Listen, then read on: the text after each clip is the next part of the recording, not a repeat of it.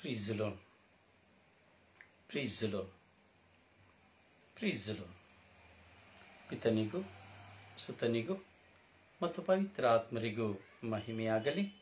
ಆದಿಯಲ್ಲಿದ್ದ ಹಾಗೆ ಈಗಲೂ ಯಾವಾಗಲೂ ಸದಾಕಾಲಕ್ಕೂ ಸ್ತೋತ್ರ ಉಂಟಾಗಲಿ. Praise the Lord. Praise the Lord. ಪ್ರಭು ಯೇಸುವಿನಲ್ಲಿ ನನ್ನ ಪ್ರಿಯ ಸಹೋದರ ಸಹೋದರಿಯರೇ, ದೇವರ ಮಕ್ಕಳೇ, ಪ್ರಭು ಯೇಸು ಕ್ರಿಸ್ತರ ಕೃಪಾಶೀರ್ವಾದವು, ದೇವರ ಪ್ರೀತಿಯು, ಪವಿತ್ರ ಆತ್ಮರ ಅನ್ಯೋನ್ಯತೆಯು ನಿಮ್ಮೆಲ್ಲರೊಡನೆ ಇರಲಿ. Praise the Lord. Praise the Lord. Praise the Lord. ಪ್ರಿಯರೇ, ಈ ಆಶೀರ್ವಾದದ ದಿನ,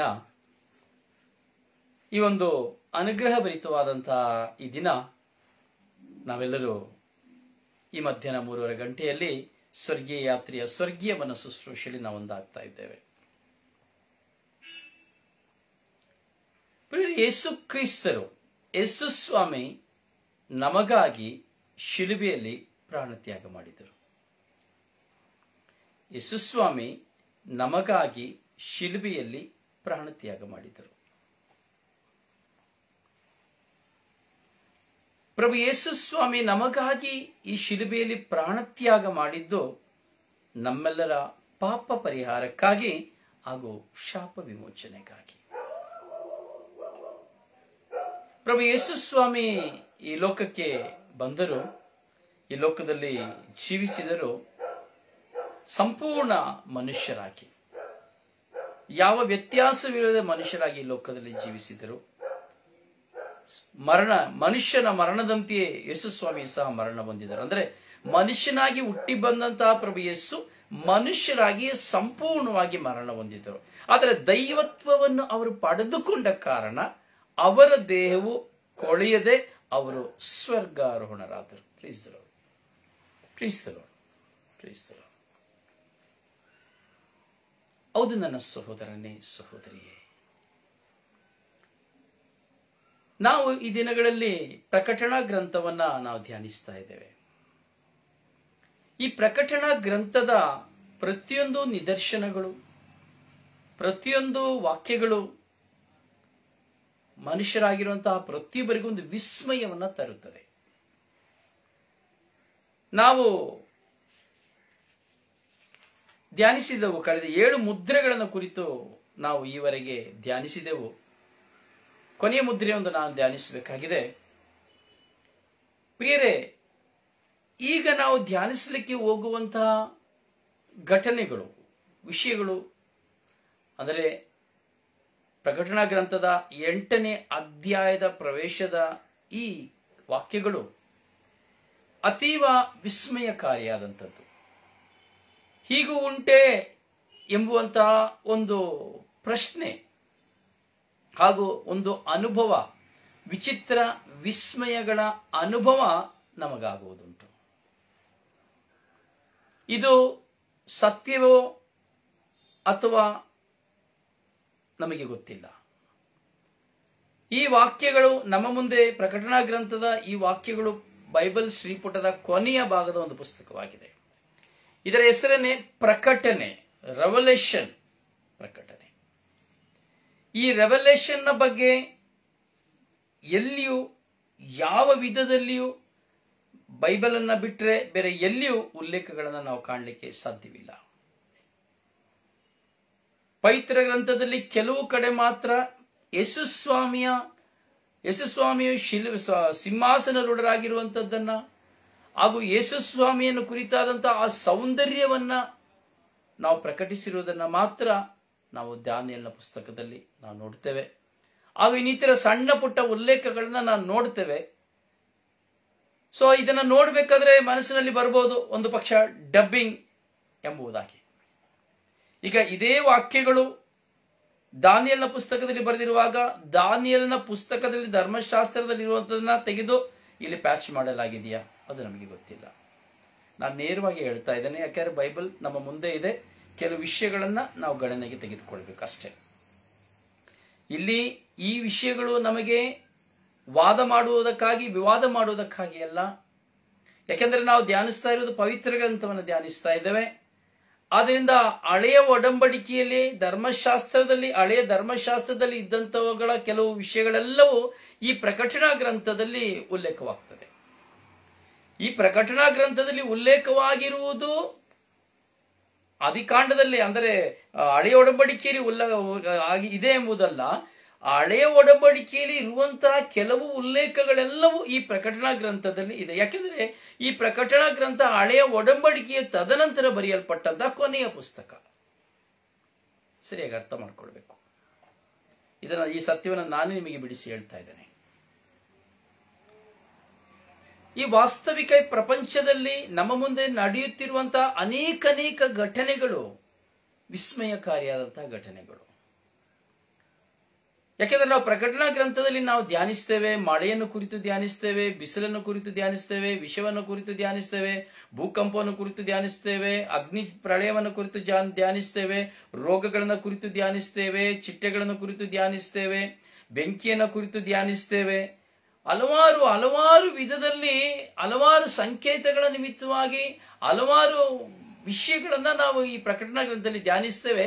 ಮನುಷ್ಯನ ಜ್ಞಾನಕ್ಕೆ ಎಟುಕದಿರುವಂತಹವುಗಳ ವಿಷಯಗಳು, ಮನುಷ್ಯನ ಜ್ಞಾನಕ್ಕೆ ಎಟುಕದೇ ಇರುವಂತಹ ವಿಷಯಗಳು. ಈ 7 ಮುದ್ರೆಗಳ ತದನಂತರ ನಾವು ಧ್ಯಾನಿಸಲಿಕ್ಕೆ ಹೋಗ್ತಾ ಇದ್ದೇವೆ. 7 ತುತ್ತೂರಿಗಳನ್ನ ನಾವು ಚಿಂತಿಸಲಿಕ್ಕೆ ಹೋಗ್ತಾ ಇದ್ದೇವೆ.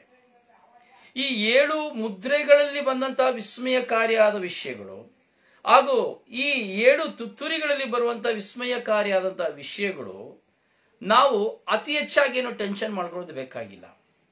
ಅದು ನಮಗೆ ಅವಶ್ಯಕತೆಯೂ ಸಹ ಇಲ್ಲ. ಪದೇ ನಾನು ಒತ್ತಿ ಹೇಳ್ತೇನೆ, ಇದು ಯೌವಾನನಿಗೆ ಸಿಕ್ಕಿದಂತ ಒಂದು ದರ್ಶನ. ಆ ದರ್ಶನವನ್ನ ಯೌವಾನರು ಬರೆದಿದ್ದಾರೆ ಅಷ್ಟೇನೆ. ಅವರು ಕನಸಿನಲ್ಲಿ ಅವರಿಗೆ ಕಂಡಂತ ದರ್ಶನ ಅಂದ್ರೆ ವಿಷನ್, ಅವರಿಗೆ ಸಿಕ್ಕಿದಂತ ಆ ವಿಷನ್ ಒಂದು ಪ್ರಕಟಪಡಿಸಿದ್ದಾರೆ ಅಷ್ಟೇ ಹೊರತು ಈ ವಿಷನ್ ಯಾವ ವಿಧವಾಗಿ ಈ ಲೋಕದಲ್ಲಿ ಇಂದಿನ ಕಾಲಕ್ಕೆ ಬರುವ ಕಾಲಕ್ಕೆ ಇದು ಯಾವ ವಿಧದಲ್ಲಿ ಅಳವಡಿಸಲ್ಪಡುತ್ತದೆ ಅಥವಾ ಎಷ್ಟರ ಮಟ್ಟಿಗೆ ಸತ್ಯವಾಗಿ ನಡೆಯುತ್ತದೆ ಇಲ್ಲ ಎಂಬುದು ನಮಗೆ ಗೊತ್ತಿಲ್ಲ. ಯಾಕಂದ್ರೆ ನಾವು ಇವತ್ತು ಜೀವಿಸಿದ್ದೇವೆ, ಇನ್ನು ಎಷ್ಟು ಕಾಲ ಈ ಲೋಕದಲ್ಲಿ ಜೀವಿಸಿದೆ ಅಂತ ಗೊತ್ತಿಲ್ಲ. ಇದು ನಡೆಯೋಷ್ಟರಲ್ಲಿ ನಾವು ಸತ್ತು ಹೋಗ್ಬಿಡ್ಬೋದು. ಹೀಗೆ 2000 ವರ್ಷಗಳು ಕಳೆದು ಹೋಯ್ತು. ಈ ಪ್ರಕಟಣಾ ಪುಸ್ತಕ ಬರೆದು ನಾವು ನೋಡ್ತೇವೆ 2000 ವರ್ಷಗಳಿಂದ ನಾವು ನೋಡ್ತೇವೆ. ಯೇಸು ಸ್ವಾಮಿ ಜನಿಸಿ ಮರಣ ಹೊಂದಿ 33 ವರ್ಷ ಕಳೆದ ಬಳಿಕ ಬರೆದಂತ ಈ ಪ್ರಕಟಣಾ ಗ್ರಂಥದಲ್ಲಿ ಇವತ್ತು 2020 ಶತಮಾನಗಳು ಓಡಿಯೋಯ್ತು, ಇವತ್ತಿನವರೆಗೂ ನಡೀಲಿಲ್ಲ. ಆದ್ರೆ ಕೆಲವು ಘಟನೆಗಳು ನಡೆಯುವಾಗ ಇದು ಪ್ರಕಟಣಾ ಗ್ರಂಥದಲ್ಲಿ ಉಲ್ಲೇಖವಾಗಿದೆ ಎಂಬುವಂತ ಒಂದು ಸಾರಾಂಶವನ್ನ ನಾವು ನೋಡ್ತೇವೆ. ಹಲವಾರು ಜನ ಇದನ್ನು ಕುರಿತು ಹೇಳುವುದನ್ನ ನಾವು ನೋಡ್ತೇವೆ. ಕೆಲವು ಸಂಗತಿಗಳು ನಮ್ಮ ಕಣ್ಮುಂದೆ ನಡೆದಾಗ ಇದು ಬರೆಯಲ್ಪಟ್ಟಿದೆ ಎಂಬುವಂತ ಒಂದು ಚಿಂತನೆಗಳು ಸಹ ನಮಗೆ ಆಗಬಹುದು. ಈ ಸಾರಾಂಶವನ್ನು ಸರಿಯಾಗಿ ನಾವು ಅರ್ಥ ಮಾಡ್ಕೊಳ್ಬೇಕು. ಯಾಕಂದ್ರೆ ಕೆಲವ್ರನ್ನ ನೋಡ್ತೀವಿ, ಪ್ರಕಟಣಾ ಗ್ರಂಥವನ್ನು ಅತಿ ಶಕ್ತವಾದ ಪುಸ್ತಕ ಎಂಬುದಾಗಿ ನಾವು ಧ್ಯಾನಿಸ್ತೇವೆ. ಹಾಗೂ ಈ ಪ್ರಕಟಣಾ ಗ್ರಂಥದ ಮೂಲಕವಾಗಿ ಬಿಡುಗಡೆ ಉಂಟು ಎಂಬುದಾಗಿ ಚಿಂತಿಸುವಂತಹವ್ರನ್ನ ಹಲವರನ್ನ ನಾವು ನೋಡ್ತೇವೆ. ಹಾಗೂ ಈ ಪ್ರಕಟಣಾ ಗ್ರಂಥವನ್ನು ಓದುವಾಗ ನಮಗೆ ಬಿಡುಗಡೆ ಉಂಟು ಎಂಬುವಂತ ವಿಶ್ವಾಸದಲ್ಲಿರೋರನ್ನ ನಾವು ನೋಡ್ತೇವೆ. ಹಾಗೆ ಈ ಪ್ರಕಟಣಾ ಗ್ರಂಥವನ್ನ ಧ್ಯಾನಿಸುವವರು ಕೆಲವರು ಈ ಪ್ರಕಟಣಾ ಗ್ರಂಥದೇ ಶ್ರೇಷ್ಠ ಎಂಬುದನ್ನು ನೋಡುವವರನ್ನ ನೋಡ್ತೇವೆ. ಇನ್ನು ಕೆಲವರು ಈ ಪ್ರಕಟಣಾ ಗ್ರಂಥವನ್ನ ಯಾವುದೇ ವಿಧದಲ್ಲಿ ಲೆಕ್ಕಕ್ಕೆ ತೆಗೆದುಕೊಳ್ಳದಿರೋರನ್ನು ಸಹ ನಾವು ನೋಡ್ತೇವೆ. ಈ ಪ್ರಕಟಣಾ ಗ್ರಂಥವನ್ನು ನೋಡುವಾಗ ಹಲವಾರು ಗುರುಗಳಾಗ್ಲಿ ಪಾಸಸ್ಗಳಾಗ್ಲಿ ನಾವು ನೋಡ್ತೇವೆ. ಈ ಪ್ರಕಟಣಾ ಗ್ರಂಥವನ್ನ ಯಾವ ವಿಧದಲ್ಲಿಯೂ ಇದನ್ನ ಗಣನೆಗೆ ಹೆಚ್ಚಾಗಿ ತೆಗೆದುಕೊಳ್ಳಿಕ್ಕೆ ಹೋಗುದಿಲ್ಲ, ಇದರ ಬಗ್ಗೆ ಹೆಚ್ಚು ಮಾತಾಡಲಿಕ್ಕೆ ಹೋಗುದಿಲ್ಲ, ಇದರ ಬಗ್ಗೆ ಚಿಂತಿಸಲಿಕ್ಕೆ ಹೋಗುದಿಲ್ಲ. ಹಾಗೂ ಯಾವ ಅನುಭವಗಳನ್ನು ಸಹ ಯಾವ ಸಾಕ್ಷಿಯನ್ನು ಸಹ ಹೇಳಿರುವುದನ್ನು ನಾವು ನೋಡ್ಲಿಕ್ಕೆ ಸಾಧ್ಯವಿಲ್ಲ. ಪ್ರತಿಯೊಬ್ಬರು ಅವರವರ ಜ್ಞಾನಕ್ಕನುಸಾರವಾಗಿ ಅವರವರಲ್ಲಿ ಬಂದ ಚಿಂತನೆಗನುಸಾರವಾಗಿ ಅವರಿಗೆ ಬಂದಂತಹ ಆ ಒಂದು ಪ್ರೇರಣೆಗಳಿಗೆ ಅನುಸಾರವಾಗಿ ವಿವರಣೆಗಳನ್ನ ಸ್ವಂತ ಭಾಷೆಯಲ್ಲಿ ಸ್ವಂತದಲ್ಲಿ ಬರೆದಿದ್ದಾರೆ ಅಷ್ಟೇ ಹೊರತು, ಹೇಳಿದ್ದಾರೆ ಅಷ್ಟೇ ಹೊರತು, ಸಾರಿದ್ದಾರೆ ಅಷ್ಟೇ ಹೊರತು ಇದುವೇ ಸತ್ಯ ಎಂಬುದನ್ನ ಸಾರಲು ಯಾರಿಂದಲೂ ಸಾಧ್ಯವಿಲ್ಲ. ಇವತ್ತು ನಾವು 28ನೇ ಭಾಗದಲ್ಲಿದ್ದೇವೆ. ಪ್ರಕಟಣಾ ಗ್ರಂಥ 28ನೇ ಭಾಗದಲ್ಲಿದ್ದೇವೆ. ಅಂದ್ರೆ ಈಗಾಗಲೇ 28 ಗಂಟೆಗಳ ಕಾಲ ನಾವು ಶುಶ್ರೂಷೆಯನ್ನು ನಾವು ಕೇಳಿದ್ದೇವೆ. ಆದರೆ ಈ 28 ಗಂಟೆಗಳಲ್ಲಿ ನೀವಿಷ್ಟು ವಾಕ್ಯಗಳನ್ನ ಕೇಳಿದಿರಿ, ಯಾವುದು ನಿಮ್ಮ ನೆನಪಿನಲ್ಲಿದೆ ನನಗೆ ಗೊತ್ತಿಲ್ಲ. ಎಲ್ಲ ಮರೆತೋಗಿರ್ಬೋದು ಅಂತ ಕಾಣ್ತದೆ. ಮಧ್ಯದಲ್ಲಿ ನಾನು ಏನಾದರೂ ಒಂದು ಪ್ರಶ್ನೆಯನ್ನು ಕೇಳಿದಾದ್ರೆ ಖಂಡಿತವಾಗಿಯೂ ಉತ್ತರ ಸಿಗ್ತದೋ ಇಲ್ವೋ ಅದು ನನಗೆ ಗೊತ್ತಿಲ್ಲ. ಪ್ರೀಸಲು ಪ್ರೀಸಲು ಪ್ರೀಸಲು ಇರಲಿ, ಅದೊಂದು ಕಡೆ ಇರಲಿ. ಹೇಳುವುದು ನನ್ನ ಕರ್ತವ್ಯ, ಕೇಳುವುದು ನಿಮ್ಮ ಕರ್ತವ್ಯ. ಪ್ರೀಸಲು ಪ್ರೀಸಲು ಪ್ರಿಯರೇ, ಈ 7ನೆಯ ಮುದ್ರೆಯನ್ನು ನಾವು 8ನೇ ಅಧ್ಯಾಯಕ್ಕೆ ಬಂದು ನಾವು 7ನೆಯ ಮುದ್ರೆಯನ್ನು ಧ್ಯಾನಿಸಬೇಕಾದ್ರೆ ನೋಡಿ, 7ನೆಯ ಮುದ್ರೆಯನ್ನು ಹೊಡಿಬೇಕಾದ್ರೆ ನಡೆದಂತ ಸಂಭವ ಅಂದ್ರೆ ಸ್ವರ್ಗದಲ್ಲಿ ಅರ್ಧ ಗಂಟೆಗಳ ಕಾಲ ಸೈಲೆನ್ಸ್, ಮೌನವಾಯಿತು ಅಂತ. ಅರ್ಧ ಗಂಟೆಯವರೆಗೆ ಸ್ವರ್ಗದಲ್ಲಿ ಮೌನ ಉಂಟಾಯಿತು. ಅಂದ್ರೆ ಅರ್ಧ ಗಂಟೆ ಯೌವನರು ಕಾಯ್ತಾ ಇದ್ರು, ನೋಡ್ತಾ ಇದ್ರು. ಹಾಗೆ ತಾನೆ, ಅರ್ಧ ಗಂಟೆ ಮೌನವಾಗಿದ್ರು, ಸ್ವರ್ಗ ಮೌನವಾಗಿತ್ತು ಅಂದ್ರೆ ಅರ್ಧ ಗಂಟೆ ಇವ್ರು ವೆಯ್ಟ್ ಮಾಡಿರ್ಬೇಕು. ಯವಾನರು ತಮ್ಮ ವಿಷನ್ನ ಹಾಗೆ ಏನ್ ಮಾಡಿ ಪೋಸ್ ಮಾಡಿರ್ಬೇಕು. ಅರ್ಧ ಗಂಟೆ ಪೋಸ್ ಅಲ್ಲಿ ಯವಾನರು ಇದ್ದಾರೆ.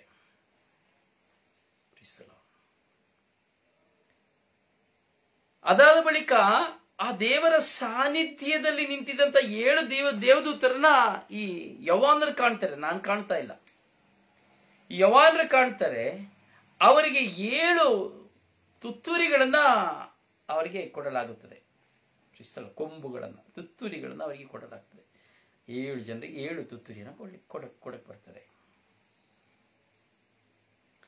ಹೀಗಿರ್ಬೇಕಾದ್ರೆ ಅದರಲ್ಲಿ ಒಂದು ದೇವದೂತ ಬಲಿಪೀಠದ ಮುಂದೆ ಹೋಗಿ ನಿಂತ್ಕೊಂಡಿರ್ತಾರೆ. ಬಲಿಪೀಠದ ಮುಂದೆ ನಿಂತಂತ ಆ ದೇವದೂತನ ಕೈಯಲ್ಲಿ ಚಿನ್ನದ ಧೂಪಾರತಿ ಇತ್ತು.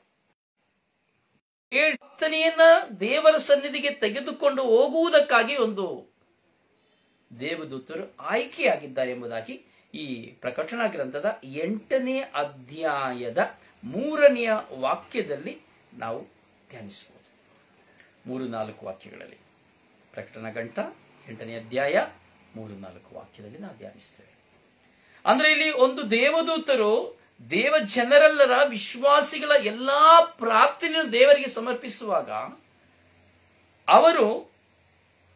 ಅವರ ಕೈಯಲ್ಲಿ ಬಹಳಷ್ಟು ಧೂಪವನ್ನು ಕೊಡಲಾಗಿತ್ತು. ಮತ್ತೆ ನಾನು ಅಲ್ಲಿಗೆ ಬರ್ತೇನೆ, ನಿಮ್ಮ ಹತ್ರನೇ ನಾನು ಬರ್ತೇನೆ, ಧ್ಯಾನಿಸ್ಲಿಕ್ಕೆ ನಿಮ್ಮ ಹತ್ರನೇ ಬರ್ತಾ ಇದ್ದೇನೆ.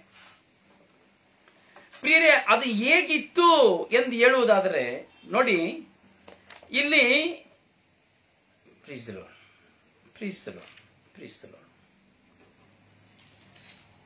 ಒಂದು ಕ್ಷಣ, ನಾನು ಇನ್ನೊಂದು ರೆಫರೆನ್ಸ್ ನನ್ನ ಮನಸ್ಸಿಗೆ ಬಂತು.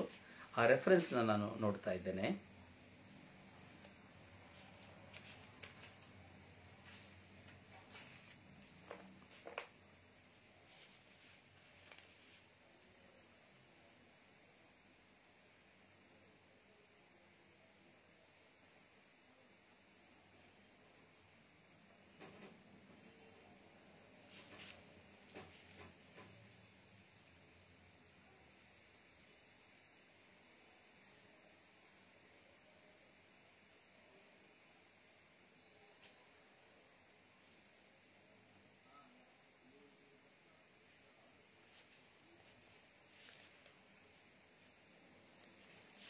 ನಾನು ಇಲ್ಲೇ ಇದ್ದೇನೆ, ನಿಮ್ಮ ಮುಂದೆ ಇದ್ದೇನೆ.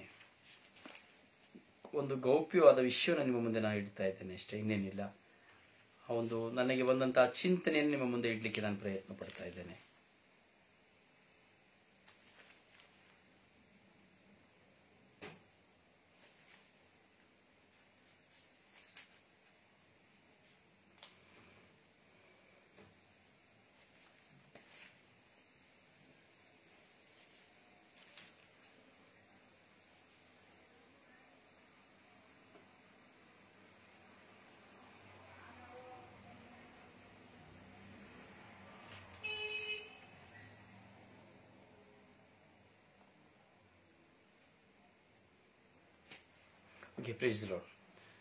ಪ್ರಿಯರೇ, ಹೀಗೆ ನಾವು ಚಿಂತನೆಗೆ ತೆಗೆದುಕೊಳ್ಳಬೇಕಾದಂತಹ ವಿಷಯದಲ್ಲಿ ದೇವಜನರ ಕೈಯಲ್ಲಿರುವಂತಹ ಧೂಪ, ಈ ಧೂಪವನ್ನು ಒಂದು ಕ್ಷಣ ನಾನು ಹಿಂದೆ ಬರ್ತೇನೆ. ನೋಡಿ, ಇವತ್ತು ಆದಿ ಕಾಲದಿಂದ ನಾವು ನೋಡ್ತೇವೆ. ಆದಿ ಕಾಲದಿಂದ ನಾವು ನೋಡ್ಬೇಕಾದ್ರೆ, ಆದಿ ಕಾಲದಿಂದ ಅಂದು ಜೆರುಸಲೇಮಿನ ಆಲಯದಿಂದ ಪ್ರಾರಂಭವಾದಂಥ ದಿನದಿಂದ ಈ ದಿನದವರೆಗೂ ಎಷ್ಟೋ ಕುಟುಂಬಗಳಲ್ಲಿ, ಮನೆಗಳಲ್ಲಿ ಧೂಪ ಹಾಕದೆ ಪ್ರಾರ್ಥನೆ ಮಾಡುವುದಿಲ್ಲ. ಹೌದಲ್ಲ? ನಿಜನೂ ಸುಳ್ಳ? ಧೂಪ ಹಾಕದೆ ಪ್ರಾರ್ಥನೆ ಮಾಡುವುದಿಲ್ಲ. ಧೂಪ ಹಾಕಿಯೇ ಹಾಕುವುದನ್ನು ನಾವು ನೋಡ್ತೇವೆ. ಪ್ರಾರ್ಥನೆ ಮಾಡುವಾಗ ಮನೆಯಲ್ಲಿ, ಪೀಠದ ಮುಂದೆ ಎಲ್ಲ ಕಡೆ ಧೂಪ ಹಾಕ್ತಾರೆ.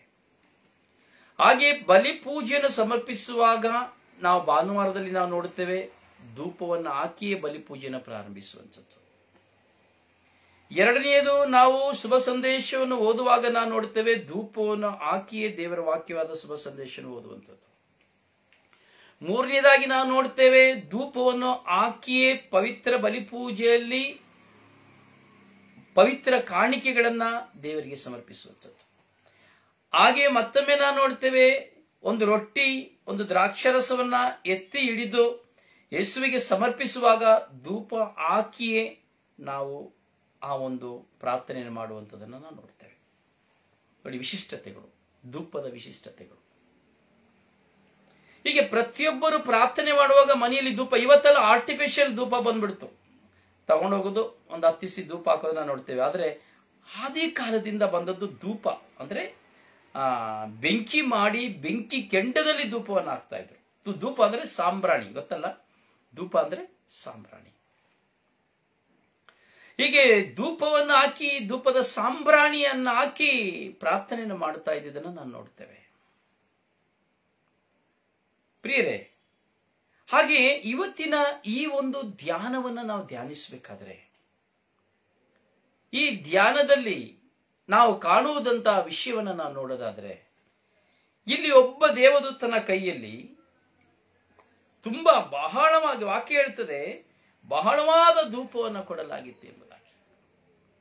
ಅದಕ್ಕೆ ನಾನು ಹೇಳಿದೆ, ಈ ದಾನಿಯೇಲ್ ಪುಸ್ತಕಕ್ಕೆ ಬರಬೇಕಾದ್ರೆ, ಈ ದಾನಿಯೇಲನ ಪುಸ್ತಕದಲ್ಲಿ 8ನೇ ಅಧ್ಯಾಯದಲ್ಲಿ 15ನೇ ವಾಕ್ಯದಲ್ಲಿ ನಾವು ನೋಡುತ್ತೇವೆ, ದೇವದೂತರಾದ ಗಾಬ್ರಿಯಲ್ ದೇವದೂತರು ಒಂದು ಕನಸಿನ ಅರ್ಥವನ್ನ ಸಹ ವಿವರಿಸುವುದನ್ನು ನಾವು ನೋಡುತ್ತೇವೆ. ವಾಕ್ಯ 15ನೇ ವಾಕ್ಯದಲ್ಲಿ ಹೀಗೆ ಹೇಳುತ್ತಿರ್ತದೆ, ದಾನಿಯೇಲನಾದ ನಾನು ಈ ಕನಸನ್ನು ಕಂಡು ಅದನ್ನು ಗ್ರಹಿಸಲು ಪ್ರಯತ್ನಿಸುತ್ತಿರುವಾಗ ತಟ್ಟನೆ ಮನುಷ್ಯ ರೂಪ ಹೊಂದಿದ್ದ ಒಬ್ಬನು ನನ್ನೆದುರಿಗೆ ನಿಂತನು.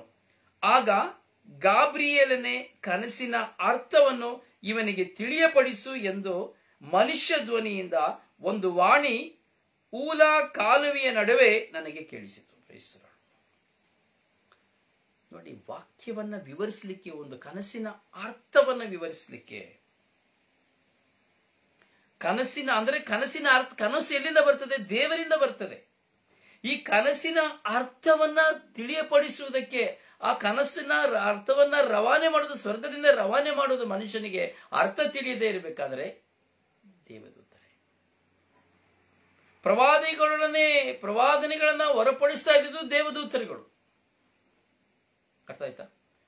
ಪ್ರವಾದಿಗಳೊಡನೆ, ಕೆಲವು ಪ್ರವಾದಿಗಳು ಸರ್ವಶಕ್ತನ ಸ್ವರವನ್ನು ಕೇಳದೇ ಇದ್ದವರ ಪ್ರತಿಯೊಬ್ಬರಲ್ಲಿಯೂ ಕೆಲವು ಸಂಗತಿಗಳು ರವಾನೆ ಆಗ್ತಾ ಇದ್ದು ದೇವದೂತರುಗಳೇ. ಹಾಗೆ ಈ ದಿನಗಳಲ್ಲಿಯೂ ಸಹ ಕೆಲವು ಸಂಗತಿಗಳು, ಕೆಲವು ನಡೆಯುವಂತಹ ಘಟನೆಗಳು, ಯಾವುದೇ ವಿಷಯಗಳು, ಕೆಲವು ಪ್ರವಾದನೆಗಳು ಇವತ್ತು ನಮಗೆ ಪ್ರಕಟವಾಗುವಂಥದ್ದು ಗಾಬ್ರಿಯಲ್ ದೇವದೂತರ ಮೂಲಕವಾಗಿ. ಯಾಕೆಂದ್ರೆ ದೇವರಿಂದ ಸಂದೇಶವನ್ನು ತರುವಂತಹ ವ್ಯಕ್ತಿ ಗಾಬ್ರಿಯಲ್ ದೂತರು. ಪ್ರೀಸಲು ಪ್ರೀಸಲು ಪ್ರೀಸಲು, ಹಲ್ಲೆಲೂಯ ಹಲ್ಲೆಲೂಯ ಹಲ್ಲೆಲೂಯ. ಹೌದು ಪ್ರಿಯರೇ,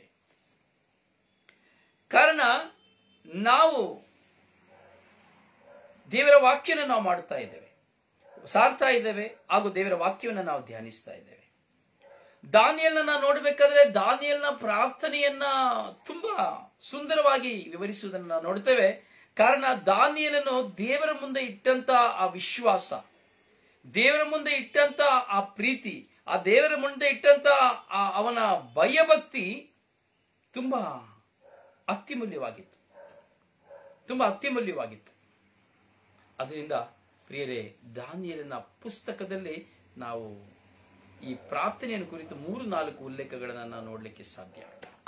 ಹೀಗೆ ನಾವು ಧ್ಯಾನಿಸಿ ಬರಬೇಕಾದ್ರೆ, ಪ್ರಕಟಣಾ ಗ್ರಂಥವನ್ನು ನಾವು ಧ್ಯಾನಿಸಿ ಚಿಂತನೆಗೆ ಬರಬೇಕಾದ್ರೆ ನಾವು ನೋಡ್ತಾ ಇದ್ದೇವೆ ಪ್ರಿಯರೇ, ಈ ಚಿಂತನೆಯಲ್ಲಿ ನಾವು ನೋಡುವಂಥದ್ದು ಧೂಪ. ಹಾಗೆ ಅವರ ಕೈ ಅನೇಕ ಧೂಪ, ಅಂದರೆ ನಮ್ಮ ಎಲ್ಲಾ ಪ್ರಾರ್ಥನೆಗಳು ಆ ದೇವದೂತನ ಕೈಗೆ ಹೋಗುವಾಗ ಆ ಪ್ರಾರ್ಥನೆಯನ್ನ ಸಮರ್ಪಿಸಲಿಕ್ಕೆ ದೇವದೂತನು ಧೂಪವನ್ನ ಹಾಕ್ತಾನೆ.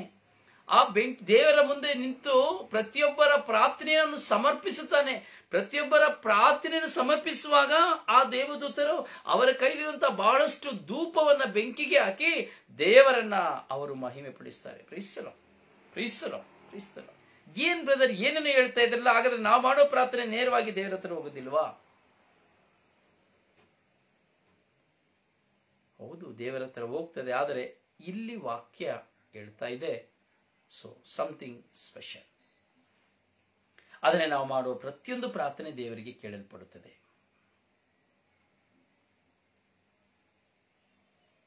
ಇದರಲ್ಲಿ ಒಂದು ಚಿಂತನೆ ತೆಗೆದುಕೊಳ್ಳಬಹುದು.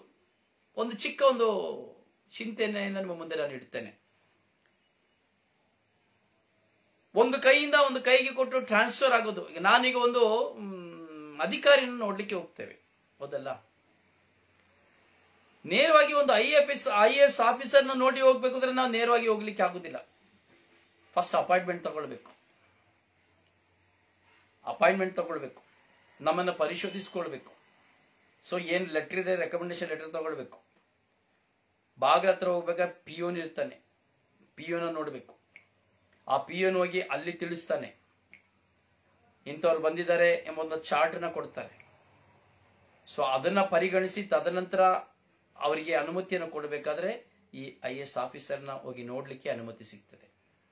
ಈಗ ಯಾವೇ ಅಧಿಕಾರಿಗಳನ್ನ, ಯಾವುದೇ ಮುಖ್ಯಮಂತ್ರಿ, ಯಾವುದೇ ಪ್ರಧಾನಮಂತ್ರಿ, ಯಾವುದೇ MLA MP ಗಳನ್ನ ನೋಡ್ಬೇಕಾದ್ರೆ ನೇರವಾಗಿ ಇಲ್ಲ, ಒಬ್ರು ಇರ್ಬೇಕು ಹಿಂದ್ಗಡೆ. ಅವರ ಮುಖಾಂತರವಾಗಿ ನಾವು ಇನ್ನೊಬ್ಬರನ್ನ ನೋಡ್ಲಿಕ್ಕೆ ಸಾಧ್ಯ. ಪ್ರೀಸಲು. ಯಾಕೆ ಇವತ್ತು ಸಾಧಾರಣವಾಗಿ ಕೆಲವು ನಾವು ಗುರುಗಳನ್ನ ನೋಡ್ತೇವೆ, ಪಾಸಸ್ಗಳನ್ನ ನೋಡ್ತೇವೆ. ಅವ್ರ ಹತ್ರ ಹೋಗಕ್ ಮುಂಚೆ ವಾಚ್ಮನ್ ನೋಡಿ ಹೋಗ್ಬೇಕು, ಇಲ್ಲಾಂದ್ರೆ ಸೆಕ್ರೆಟರಿಗಳನ್ನ ನೋಡಿ ಹೋಗ್ಬೇಕು, ಇಲ್ಲಾಂದ್ರೆ ಆಫೀಸಲ್ಲಿ ಕಾಂಟ್ಯಾಕ್ಟ್ ಮಾಡಿ ಹೋಗ್ಬೇಕು. ಯಾಕೆ ಬಂದಿದ್ದಾರೆ, ಯಾವ ಊರಿಂದ ಬಂದಿದ್ದಾರೆ ಎಲ್ಲ ತಿಳಿಸಿ ಹೋಗ್ಬೇಕು. ಸರಿಯಾಗಿ ಅರ್ಥ ಮಾಡ್ಕೊಳ್ಬೇಕು, ಕಾನ್ಸೆಪ್ಟ್ ನ ಸರಿಯಾಗಿ ಅರ್ಥ ಮಾಡ್ಕೊಳ್ಬೇಕು. ಇವತ್ತಿನ ಕಾಲದ ವಾತಾವರಣದ ಕೆಲವು ಸನ್ನಿವೇಶಗಳನ್ನ ನಾವು ಅರ್ಥ ಮಾಡ್ಕೊಳ್ಬೇಕು. ಒಂದು ವ್ಯಕ್ತಿಯನ್ನ ಭೇಟಿ ಆಗ್ಬೇಕಾದ್ರೆ ಏನೆಲ್ಲ ರೂಲ್ಸ್ ಇದೆ, ನಿಮಗೆ ಇದು ಸರಿ ಎಂಬುದಾಗಿ ತೋಚ್ತಾ ಇದೆ. ಪ್ರೀಸಲು. ಹೀಗೆ ಈ ಪರ್ಮಿಷನ್, ಈ ಎಲ್ಲ ರೆಕಮೆಂಡೇಶನ್ಗಳ ಮೂಲಕವಾಗಿ ಹೋಗ್ತದೆ. ಹಾಗೆ ನಾನು ನೋಡಿ, ನಾವು ಪ್ರಾರ್ಥನೆ ಮಾಡ್ತೀವಿ, ಒಂದು ವಿಷಯಕ್ಕಾಗಿ ಇವತ್ತು ಪ್ರಾರ್ಥನೆ ಮಾಡ್ತೀರಿ. ಕೆಲವರು ತನ್ನ ಗಂಡದರಿಗಾಗಿ ಪ್ರಾರ್ಥನೆ ಮಾಡ್ತಾ ಇದ್ದಾರೆ, ತನ್ನ ಹೆಂಡತಿರಿಗಾಗಿ ಪ್ರಾರ್ಥನೆ ಮಾಡ್ತಾ ಇದೆ, ಕೆಲಸಕ್ಕಾಗಿ ಪ್ರಾರ್ಥನೆ ಮಾಡ್ತಾ ಇದ್ದಾರೆ, ಮಕ್ಕಳಿಗಾಗಿ ಪ್ರಾರ್ಥನೆ ಮಾಡ್ತಾ ಇದ್ದಾರೆ. ಈ ಮಕ್ಕಳಿಗಾಗಿ ಪ್ರಾರ್ಥನೆ ಮಾಡ್ತೀರಿ. ಪ್ರಾರ್ಥನೆ ಮಾಡಿದ ತಕ್ಷಣ ಮಗು ಸಿಗ್ತದ? ಪ್ರಾರ್ಥನೆ ಮಾಡಿದ ತಕ್ಷಣ ಕೆಲಸ ಸಿಗ್ತದ? ಪ್ರಾರ್ಥನೆ ಮಾಡಿದ ತಕ್ಷಣ ಮನೆ ಸಿಗ್ತದ? ಪ್ರಾರ್ಥನೆ ಮಾಡಿದ ತಕ್ಷಣ ಸಾಲ ಸಿಗ್ತದ? ಅಂದ್ರೆ ಪ್ರಾರ್ಥನೆ ಮಾಡಿದ ತಕ್ಷಣ ನಮಗೆ ಸದುತ್ತರ ಸಿಗ್ತದ? 6 ತಿಂಗಳು, 3 ತಿಂಗಳು, 1 ವರ್ಷ, 2 ವರ್ಷ, 5, ಇನ್ನು ಕೆಲವು ಸಾರಿ ಪ್ರಾರ್ಥನೆಗೆ ಉತ್ತರನೇ ಇಲ್ಲದೆ ಇರುವಂತಹ ಕಾಲಗಳಿದೆ. 10 ವರ್ಷಗಳಿಂದ 15 ವರ್ಷಗಳಿಂದ ಪ್ರಾರ್ಥನೆ ಮಾಡ್ತಾ ಇದ್ರು, ಉತ್ತರ ಸಿಕ್ಕದೇ ಇರುವಂತಿದೆ. ಸೊ ಏನು ಕಾರಣ? ನಮ್ಮ ಪ್ರಾರ್ಥನೆ ದೇವರಿಗೆ ನೇರವಾಗಿ ಕೇಳಲ್ಪಡುತ್ತದೆ ಎಂದೇಳುವುದಾದರೆ ಯಾಕೆ ವಿಳಂಬವಾಗಬೇಕು? ಅಂದರೆ ಆ ಪ್ರಾರ್ಥನೆಗಳಲ್ಲಿ ಕೆಲವು ಅಡಚಣೆಗಳು, ಆ ಪ್ರಾರ್ಥನೆಗೆ ವಿರುದ್ಧವಾದ ಕೆಲವು ಕಾರ್ಯಗಳು, ಆ ಪ್ರಾರ್ಥನೆಯಲ್ಲಿ ಇರುವಂತಹ ಮುಖ್ಯತ್ವಗಳು, ಅಂದರೆ ಆ ಪ್ರತಿಯೊಂದು ಪ್ರಾರ್ಥನೆಯಲ್ಲಿ ಇರುವಂತಹ ಯಾವುದೇ ಭಿನ್ನಗಳನ್ನ ಅಲ್ಲಿ ಪರಿಗಣಿಸಲಾಗ್ತದೆ. ನಾನು ಪಾಪಿಯಾಗಿದ್ದೇನೆ, ನಾನು ದ್ರೋಹಿಯಾಗಿದ್ದೇನೆ, ಕೊಲೆಗಾರನಾಗಿದ್ದೇನೆ, ಸೊ ಲೋಕದಲ್ಲಿ ಪಾಪಿಯಾಗಿದ್ದೇನೆ, ನಾನು ಪ್ರಾರ್ಥನೆ ಮಾಡಿದ್ರೆ ದೇವರು ಕೇಳಿದಿಲ್ವ? ಖಂಡಿತವಾಗಿ ಕೇಳ್ತಾರೆ. ಆದರೆ ನನ್ನ ಪ್ರಾರ್ಥನೆ ದೇವರಿಗೆ ಕೇಳಲ್ಬೇಕಾದರೆ ಮೊದಲು ನಾನು ನನ್ನನ್ನ ಶುದ್ಧೀಕರಿಸಿಕೊಂಡು ಪಶ್ಚಾತ್ತಾಪ ಪಟ್ಟು ಪಶ್ಚಾತ್ತಾಪದ ನಿಮಿತ್ತವಾಗಿ ನಾನು ಪ್ರಾರ್ಥಿಸುವಾಗ ದೇವರಿಗೆ ನನ್ನ ಪ್ರಾರ್ಥನೆ ಕೇಳಲ್ಪಡುತ್ತದೆ. ಸೊ ಇದರಿಂದ ಕೆಲವು ಪ್ರಾರ್ಥನೆಗಳು ಕೇಳಲ್ಪಡುವುದಿಲ್ಲ. ನಾನು ಹೇಳಿದ್ದೇನೆ, ಪ್ರಾರ್ಥನೆಯನ್ನ ದೇವರು ಮಾತ್ರ ಅಲ್ಲ, ನಮ್ಮ ಪ್ರಾರ್ಥನೆಯನ್ನ ನಾವು ದೇವರಿಗೆ ವಿರುದ್ಧವಾಗಿ ಜೀವಿಸುವಾಗ ನಮ್ಮ ಪ್ರಾರ್ಥನೆಗೆ ಸದುತ್ತರವನ್ನು ಕೊಟ್ಟು ನಮ್ಮನ್ನ ಮರಳುಗೊಳಿಸುವವನು ಸೈತಾನ. ಇದನ್ನ ಎಷ್ಟು ಹೇಳಿದ್ರು ಕೆಲವರು ನಂಬೋದಿಲ್ಲ. ಇದೇ ಸತ್ಯ. ಅದು ಯಾವ ಗುರು, ಪಾಸ್ಟರ್, ನಾನು, ನೀವು ಯಾರೇ ಆಗಿರ್ಬೋದು.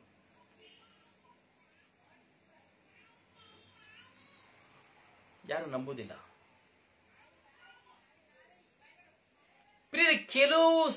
ಎಲ್ಲಾ ವಿಷಯಗಳಲ್ಲಿ ನಾವು ಸ್ವಲ್ಪ ಆಳವಾಗಿ ಚಿಂತಿಸಬೇಕು. ಅರಿವು, ಜ್ಞಾನ ಎಂಬುದು ನನಗಿದೆ ನಿನಗಿದೆ ಅಂತೇಳಿ ಎಲ್ಲರೂ ಹೇಳ್ತಾರೆ. ಅಥವಾ ಕೆಲವರು ಈ ಪ್ರಕಟಣಾ ಗ್ರಂಥದ ಈ ವಿವರಣೆಗಳನ್ನು ಕೇಳಿ ಕೆಲವರು ಕ್ರಿಟಿಸೈಸ್ ಮಾಡಬಹುದು, ಪರಿಹಾಸ್ಯ ಮಾಡಬಹುದು, ಅಥವಾ ಇವನಿಗೆ ಏನು ಗೊತ್ತು ಅಂತ ಹೇಳ್ಬೋದು, ಅಥವಾ ಇವನ್ ಏನೇನೋ ಮಾತಾಡ್ತಾ ಇದ್ದಾನೆ ಅಂತ ಹೇಳ್ಬೋದು. ಅಫ್ಕೋರ್ಸ್ ತೊಂದರೆ ಇಲ್ಲ. ಆದರೆ ಸತ್ಯ ಏನೆಂಬುದು ಸಹ ಕೆಲವರಿಗೆ ಚೆನ್ನಾಗಿ ಗೊತ್ತಾಗ್ತದೆ. ಈ ಪ್ರಕಟಣಾ ಗ್ರಂಥವನ್ನ ನಾವು ವಿವರಿಸಬೇಕಾದ್ರೆ ಯಾವುದು ಸತ್ಯ ಯಾವುದು ಸುಳ್ಳು ಎಂಬುದನ್ನ ಉಲ್ಲೇಖಗಳ ಮೂಲಕವಾಗಿ ಹಾಗೂ ಅನುಭವಗಳ ಮೂಲಕವಾಗಿ ವಾಸ್ತವಿಕವಾಗಿ ನಾವು ಸಂಪೂರ್ಣವಾಗಿ ಅರ್ಥ ಮಾಡ್ಕೊಳ್ಳಿಕ್ಕೆ ಸಾಧ್ಯವಾಗ್ತದೆ. ಸೊ ಇಲ್ಲಿ ನಾವು ವಾಕ್ಯವನ್ನು ಧ್ಯಾನಿಸಬೇಕಾದ್ರೆ 4ನೇ ವಾಕ್ಯದಲ್ಲಿ ಹೋಗ್ಬೇಕಾದ್ರೆ ಈ ದೇವಜನರ ಕೈಲಿ ತುಂಬಾ ಧೂಪವನ್ನು ಕೊಡಲಾಗಿತ್ತು. ಏನಾಗಿತ್ತು ಆ ಧೂಪ? ಏನಾಗ್ತದೆ? ಆ ಧೂಪದ ಸುವಾಸನೆ ದೇವ ಜನರ ಪ್ರಾರ್ಥನೆಯೊಂದಿಗೆ ಆ ದೂತನ ಕೈಯಿಂದ ದೇವರ ಸನ್ನಿಧಿಗೆ ಏರಿ ಹೋಯಿತು. ಕ್ರೈಸ್ತರು ಸರಿಯಾಗಿ ನೋಡಿ. ಧೂಪದ ಸುವಾಸನೆ, ಅವನಿಗೆ ಬಹಳಷ್ಟು ಧೂಪವನ್ನು ಕೊಡಲಾಗಿತ್ತು. ಧೂಪದ ಸುವಾಸನೆ ದೇವ ಜನರ ಪ್ರಾರ್ಥನೆಯೊಂದಿಗೆ, ದೇವ ಜನರಾಗಿ ಪ್ರಾರ್ಥಿಸುವವರೊಂದಿಗೆ, ದೈವ ವಿಶ್ವಾಸಿಗಳಾಗಿ ಪ್ರಾರ್ಥಿಸುವುದರೊಂದಿಗೆ, ದೇವರೊಂದಿಗೆ ಭಯಪಟ್ಟು ಜೀವಿಸುವವರ ಪ್ರಾರ್ಥನೆಯೊಂದಿಗೆ, ಧೂಪದ ಸುವಾಸನೆ ದೇವ ಜನರ ಪ್ರಾರ್ಥನೆಯೊಂದಿಗೆ ಆ ದೂತನ ಕೈಯಿಂದ ದೇವರ ಸನ್ನಿಧಿಗೆ ಏರಿ ಹೋಯಿತು. ಅಂದ್ರೆ ನಾವು ಮಾಡುವ ಪ್ರಾರ್ಥನೆಯನ್ನ ಜಸ್ಟಿಫೈಡ್ ಮಾಡಿ, ನಾವು ಮಾಡುವಂತಹ ಪ್ರಾರ್ಥನೆಯನ್ನ ಪರಿಶೀಲನೆ ಮಾಡಿ, ಪ್ರಾರ್ಥನೆ ಮಾಡುವಂತ ನನ್ನ ಜೀವನ, ಪ್ರಾರ್ಥನೆ ಮಾಡುವಂತ ನನ್ನ ವಿಶ್ವಾಸ, ಪ್ರಾರ್ಥಿಸುವ ನನ್ನ ಸ್ವಾರ್ಥತೆ ಹಾಗೂ ನಿಸ್ವಾರ್ಥತೆ ಇವೆಲ್ಲವುಗಳನ್ನ ಪರಿಗಣಿಸಿಕೊಂಡು ಅವುಗಳನ್ನ ಸರ್ಚ್ ಮಾಡಿ ಅವುಗಳು ನಿಜವಾಗಿಯೂ ಆ ಪ್ರಾರ್ಥನೆಯು ಸೀಮಿತವಾದದ್ದು, ದೇವರಿಗೆ ಸಮರ್ಪಿತವಾದದ್ದು ಎಂದು ಅರಿಯುವಾಗ ಈ ದೇವದೂತರು ಈ ಎಲ್ಲಾ ಪ್ರಾರ್ಥನೆಯನ್ನ ದೇವರಿಗೆ ಸಮರ್ಪಿಸುತ್ತಾರೆ. ಆಗ ಆ ಪ್ರಾರ್ಥನೆ ಸ್ವರ್ಗಕ್ಕೆ ಒಯ್ಯಲ್ಪಟ್ಟಿತು. ದೇವರ ಸನ್ನಿಧಿಗೆ ಏರಿ ಹೋಯಿತು. ಅಲ್ಲಿಯ ತನಕ ಪ್ರಾರ್ಥನೆ ಹೋಗ್ಲಿಲ್ಲ.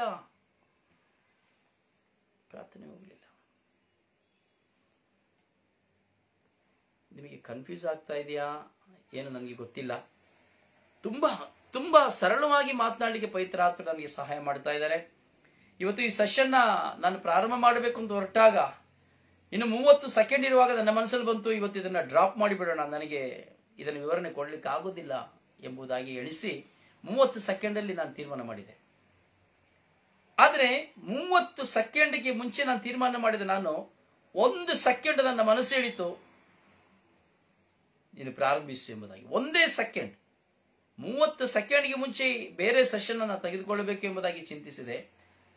ಆದರೆ 1 ಸೆಕೆಂಡ್ ಅಲ್ಲಿ ನನ್ನ ಮನಸ್ಸು ಹೇಳಿತ್ತು, ನೀನು ಹೇಳಲು ಸಿದ್ಧನಾಗು ಎಂಬುದಾಗಿ ಹೇಳಿದ. ಪವಿತ್ರಾತ್ಮರೇ ನನಗೆ ಸಹಾಯ ಮಾಡಿ ಎಂಬ ಒಂದೇ ಒಂದು ಪದವನ್ನ ನನ್ನ ಬಾಯಿಂದ ಹೇಳಿ ನಿಮ್ಮ ಮುಂದೆ ನಾನು ಇವತ್ತು ವಿವರಿಸಲಿಕ್ಕೆ ನಿಂತ್ಕೊಂಡೆ.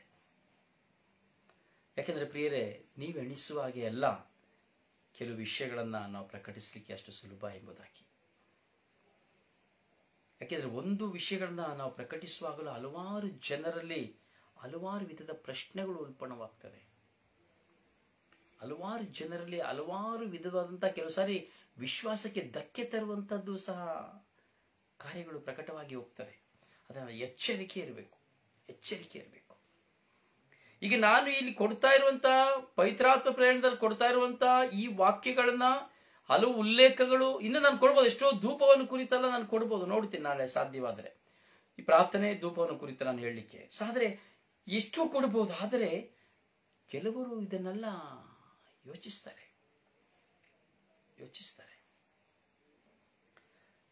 ಕೇಳುವವರಿಗೆ ಜ್ಞಾನವೂ ಸಿಕ್ಕಬೇಕು, ಅದೇ ಮುಖ್ಯ. ಕೇಳುವ ಪ್ರತಿಯೊಬ್ಬರಲ್ಲಿಯೂ ಒಂದು ವಿಸ್ಮಯ ಉಂಟಾಗಬೇಕು, ಸತ್ಯಗಳ ಗೋಚರವಾಗಬೇಕು. ಯಾಕಂದ್ರೆ ಪ್ರಿಯರೇ, ಪವಿತ್ರ ಗ್ರಂಥ ಎಂಬುದು ದೈವ ಪ್ರೇರಣೆಯಿಂದ ಬರೆಯಲ್ಪಟ್ಟಂಥದ್ದು ಹೌದು, ಆದರೆ ಮನುಷ್ಯ ಪ್ರೇರಣೆಯಿಂದಲೂ ಸಹ ಬರೆಯಲ್ಪಟ್ಟದ್ದಾಗಿದೆ.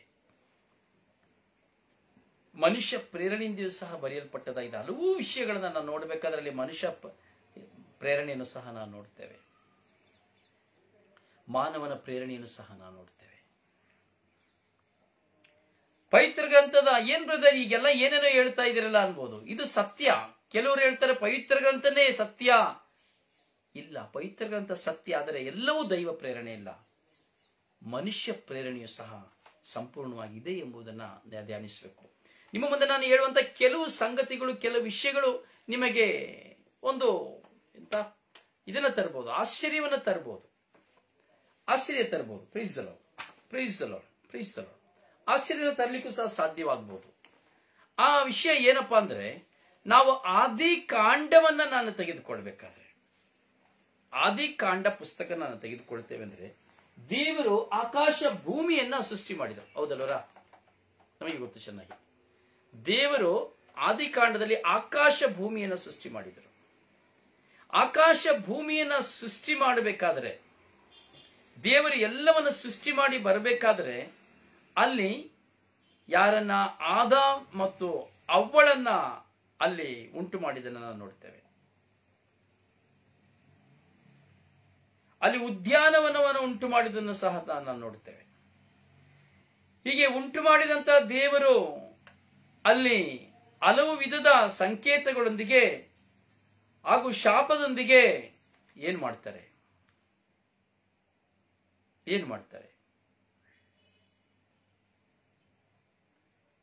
ಆದಾಮ ಅವ್ವಳಿಗೆ ಇಬ್ಬರು ಮಕ್ಕಳನ್ನು ಕೊಡ್ತಾರೆ. ಈ ಕೊಡಬೇಕಾದ್ರೆ 5ನೇ ಅಧ್ಯಾಯಕ್ಕೆ ನಾವು 5ನೇ ಅಧ್ಯಾಯದಲ್ಲಿ ಬರುವಾಗಲೇ ನಾವು ಆದಾಮನು 800 ವರ್ಷ ಬದುಕಿ ಗಂಡು ಹೆಣ್ಣು ಮಕ್ಕಳಿರುವಾಗ ಸತ್ತು ಹೋದ ಎಂಬುದಾಗಿ ಆ ಬರೀ 4 ಅಧ್ಯಾಯಗಳಲ್ಲಿ 800 ವರ್ಷ ಕಳೆದು ಹೋದಂತ ಘಟನೆಯನ್ನು ನಾನು ನೋಡ್ತೇವೆ. ಎನೋಷ ಮತ್ತೆ ಅದು ಮಾತ್ರ ಇಲ್ಲ, ಸೇತನ 105 ವರ್ಷವಿರುವಾಗ ಎನೋಷನನ್ನ ಪಡೆದನು ಎಂಬುದಾಗಿ ನಾವು ನೋಡುತ್ತೇವೆ. ಎನೋಷನು ಹುಟ್ಟಿದ ಮೇಲೆ ಅವನು 807 ವರ್ಷ ಬದುಕಿದನು ಎಂಬುದಾಗಿ ನಾವು ನೋಡುತ್ತೇವೆ. ಸತ್ತಾಗ ಅವನಿಗೆ 912 ವರ್ಷವಾಗಿತ್ತು ಎಂಬುದಾಗಿ ನಾವು ನೋಡುತ್ತೇವೆ.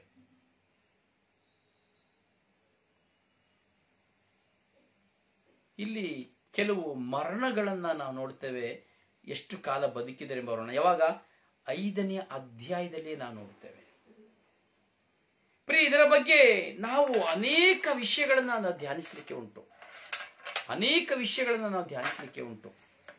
ಹೌದು ಪ್ರಿಯರೇ, ಈ ಅನೇಕ ವಿಷಯಗಳು ನಮಗೆ ಸರಿಯಾಗಿ ನಾವು ಧ್ಯಾನಿಸುವುದಾದರೆ ನಮಗೆ ಕೆಲವು ಸಂಗತಿಗಳು ಅರ್ಥೈಸಿಕೊಳ್ಳಿಕ್ಕೆ ಸಾಧ್ಯವಾಗುವುದಿಲ್ಲ.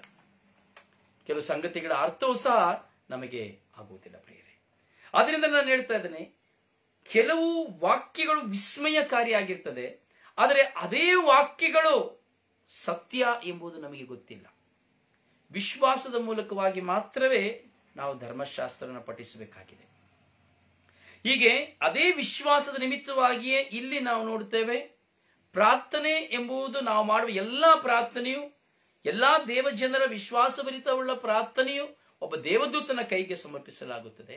ಆ ದೇವದೂತರು ಅದೆಲ್ಲವನ್ನ ಸರಿತಪ್ಪುಗಳನ್ನು ಪರಿಗಣಿಸಿ ಅವುಗಳನ್ನ ತನ್ನ ಕೈಯಲ್ಲಿರುವಂತಹ ಧೂಪವನ್ನು ಹಾಕಿ ಪ್ರತಿಯೊಬ್ಬರ ಪ್ರಾರ್ಥನೆಯ ಧೂಪದೊಡನೆ ದೇವರಿಗೆ ಸಮರ್ಪಿಸುವುದನ್ನ ನಾವು ನೋಡ್ತಾ ಇದ್ದೇವೆ. Price the lord. ಧೂಪದ ಸುವಾಸನೆ ದೇವರ ಜನರೊಂದಿಗೆ ಆ ದೂತನ ಕೈಯಿಂದಲೇ ದೇವರ ಸನ್ನಿಧಿಗೆ ಏರಿ ಹೋಯಿತು. ಅಂದ್ರೆ ಒಬ್ಬ ದೂತನ ಮೂಲಕವೇ ನಮ್ಮ ಪ್ರಾರ್ಥನೆಯು ದೇವರ ಸನ್ನಿಧಿಗೆ ಏರಲ್ಪಡುತ್ತದೆ.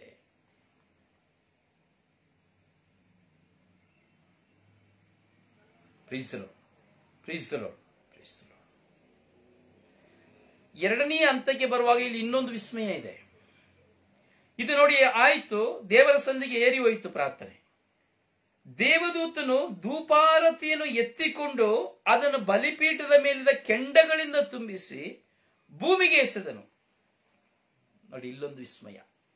ನಾನು ಅದೇ ಹೇಳಿದೆ, ಕೆಲವು ಸಂಗತಿಗಳು ನಾವು ಗ್ರಾಫಿಕ್ ಆಗಿ ನೋಡಬೇಕು, ಕೆಲವು ಸಂಗತಿಗಳನ್ನ ಒಂದು ಸಿನಿಮಾ ಆಗಿ ನೋಡಬೇಕು, ಕೆಲವು ಸಂಗತಿಗಳನ್ನ ಒಂದು ಪ್ರವಾದನೆಯಾಗಿ ನೋಡಬೇಕು, ಕೆಲವು ಸಂಗತಿಗಳನ್ನ ಡಾಕ್ಯುಮೆಂಟರಿ ಆಗಿ ನೋಡಬೇಕು, ಕೆಲವು ಸಂಗತಿಗಳನ್ನ ಈ ನಿಧಿಯನ್ನು ನೋಡುವಾಗ ಏನಂತ ಹೇಳಿದ್ರೆ ಈ ಪತ್ತೆದಾರಿಯಾಗಿ ನಾವು ನೋಡಬೇಕು, ಇನ್ನು ಕೆಲವು ಸಂಗತಿಗಳನ್ನ ಗೂಢಾಚಾರವಾಗಿ ನಾವು ನೋಡಬೇಕು. ಪ್ರೀಸರ್. ಸೊ ಇದನ್ನೆಲ್ಲ ನಾವು ನೋಡ್ಬೇಕಷ್ಟೇ. ಆದ್ರೆ ಇದರಿಂದ ನಾವು ಯಾರು ಡಿಸ್ಟರ್ಬ್ ಆಗಬಾರದು. ಈ ಪ್ರಕಟಣಾ ಗ್ರಂಥದ ಈ ವಿಷಯಗಳಿಂದ ನಾವು ಯಾರು ಡಿಸ್ಟರ್ಬ್ ಆಗಬಾರ್ದು. ಯಾಕಂದ್ರೆ ನಿಮ್ಮ ಮುಂದೆ ಅದಕ್ಕೆ ನಾನು ಸಂಪೂರ್ಣವಾಗಿ ವಿವರಿಸಲಿಕ್ಕೆ ನಾನು ಪ್ರಯತ್ನ ಪಡ್ತಾ ಇದ್ದೇನೆ. ನಾನು ಹೇಳಿದೆ, ಕೆಲವರು ಪ್ರಕಟಣಾ ಗ್ರಂಥವನ್ನ ಹಲವಾರು ವ್ಯಕ್ತಿಗಳು ಹಲವಾರು ತರದಲ್ಲಿ ನೋಡುವುದುಂಟು. ಯಾಕೆ ಬೇರೆಯವರ ಬಗ್ಗೆ ನಾನು ಹೇಳಿದ್ರು, ನಾನು ಸಹ ಅತಿಯಾಗಿ ಒಂದು ಕೆಲವು ಸರಿ 2 ತಿಂಗಳಿಗೆ ಒಮ್ಮೆ ಅಥವಾ 1 ತಿಂಗಳಿಗೆ ಒಮ್ಮೆ ನಾನು ಪ್ರಕಟಣಾ ಗ್ರಂಥವನ್ನು ಓದ್ತಾ ಇದ್ದೆ. ಸೊ ಓದುವಾಗ ನನಗೆ ಏನೋ ಒಂದು ಸಂತೋಷವಾಗ್ತಾ ಇತ್ತು, ಒಂದು ಸ್ಯಾಟಿಸ್ಫ್ಯಾಕ್ಷನ್ ಆಗ್ತಾ ಇತ್ತು. ಸೊ ಏನೋ ಒಂದು ಓದುವಾಗ ಏನೋ ಒಂದು ಅನುಭವ ನನಗೆ ಆಗ್ತಾ ಇತ್ತು. ಅದು ನನ್ನ ವೈಯಕ್ತಿಕ. ಸೊ ಅದರಿಂದ ನೀವು ಓದಲೇಬೇಕು ಎನ್ನುವುದಲ್ಲ. ಅದು ಓದುವುದು ಬಿಡುವುದು ಅದು ನಿಮಗೆ ಸೇರಿತು, ಅವರವರಿಗೆ ಸೇರಿತು. ಹೀಗೆ ಈ ಬೆಂಕಿಯನ್ನು ಮಾಡಿ ಧೂಪದಲ್ಲಿ ಏನ್ ಮಾಡಿದ್ರು ದೇವದೂತರು? ಬೆಂಕಿಯಲ್ಲಿ ಧೂಪವನ್ನು ಹಾಕಿ ದೇವರಿಗೆ ಪ್ರಾರ್ಥನೆಯನ್ನು ಸಮರ್ಪಿಸ್ಬಿಟ್ರು. ಮತ್ತೆ ಆ ಬೆಂಕಿಯನ್ನ ಏನ್ ಮಾಡ್ತಾರೆ? ಎತ್ತಿಕೊಂಡು ದೇವದೂತನ ಧೂಪಾರತಿಗಳನ್ನ ಮತ್ತೆ ಆ ಧೂಪವನ್ನು ಎತ್ಕೊಂಡು ಬರ್ತಾರೆ. ಧೂಪ ಹಾಕಿ ಆದ್ಮೇಲೆ ಪ್ರಾರ್ಥನೆಯ ಧೂಪವನ್ನು ಸಮರ್ಪಿಸಿದ ಮೇಲೆ ಆ ಧೂಪವನ್ನು ತೆಗೆದುಕೊಂಡು ಬರಬೇಕಾದ್ರೆ ಬಲಿಪೀಠದ ಮೇಲಿರುವಂತ ಕೆಂಡಗಳಿಂದ, ಅಂದ್ರೆ ಬೆಂಕಿಯ ಕೆಂಡಗಳಿಂದ, ಬಲಿಪೀಠದ ಮೇಲಿದ ಬೆಂಕಿಯ ಕೆಂಡಗಳನ್ನ ಆ ಧೂಪಾರತಿಯಲ್ಲಿ ಆ ಬೆಂಕಿಯ ಕೆಂಡವನ್ನು ತುಂಬಿಸಿಕೊಂಡು ಅದನ್ನ ಭೂಮಿಗೆ ಎಸಿದ್ದಾರೆ. ಅಂದ್ರೆ ದೇವದೂತರು ಎಲ್ಲಿದ್ದಾರೆ? ಭೂಮಿಯ ಮೇಲಿದ್ದಾರಾ? ಸ್ವರ್ಗದಲ್ಲಿದ್ದಾರಾ? ಎಲ್ಲಿದೆ? ಈ ಘಟನೆಯನ್ನು ನೋಡುವಾಗ ದೇವದೂತರು ಎಲ್ಲಿದ್ದಾರೆ? ನಮ್ಮ ಪ್ರಾರ್ಥನೆಯನ್ನು ಕೇಳುವ ದೇವದೂತರು ಲೋಕದಲ್ಲಿ ಇಲ್ಲ. ಸೊ ಒಂದು ಆಫೀಸ್ನ ಡೋರ್ನಲ್ಲಿ ಹೇಗೆ ಒಂದು ವಾಚ್ಮೆನ್, ಒಂದು ಅಧಿಕಾರಿ, ಐಆರ್ ಆಫೀಸನ್ನು ನೋಡ್ಬೇಕು ಅಂದ್ರೆ ಅದು ಅವರಿಗೆ ಕೆಳಪಟ್ಟಂತ ಅಧಿಕಾರಿನ ಹೇಗೆ ನೋಡಬೇಕು, ಹಾಗೆ ಸ್ವರ್ಗದ ದ್ವಾರದಲ್ಲಿ ಈ ದೇವದೂತರುಗಳು ಇದ್ದಾರೆ.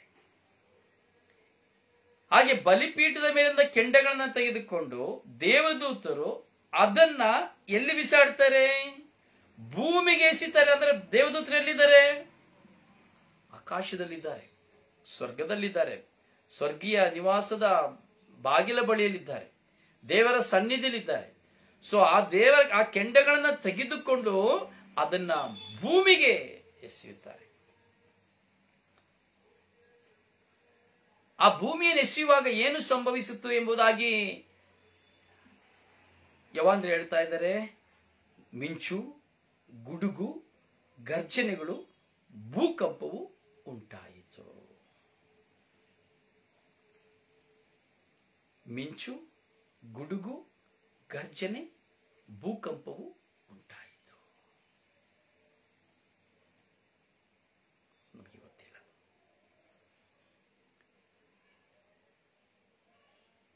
ಇದು ಸ್ವಲ್ಪ ಆಳವಾಗಿ ನಾವು ಚಿಂತಿಸಬೇಕು.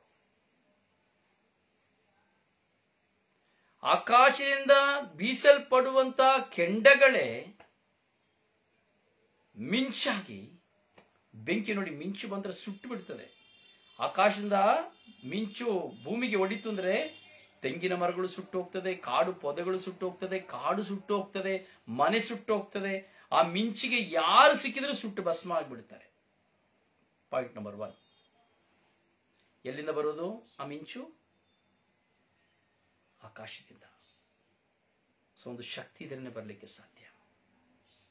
ಹಾಕುವುದು ಯಾವುದನ್ನ? ಬೆಂಕಿಯ ಕೆಂಡಗಳನ್ನ. ಆ ಬೆಂಕಿಯ ಕೆಂಡ ಯಾವುದು?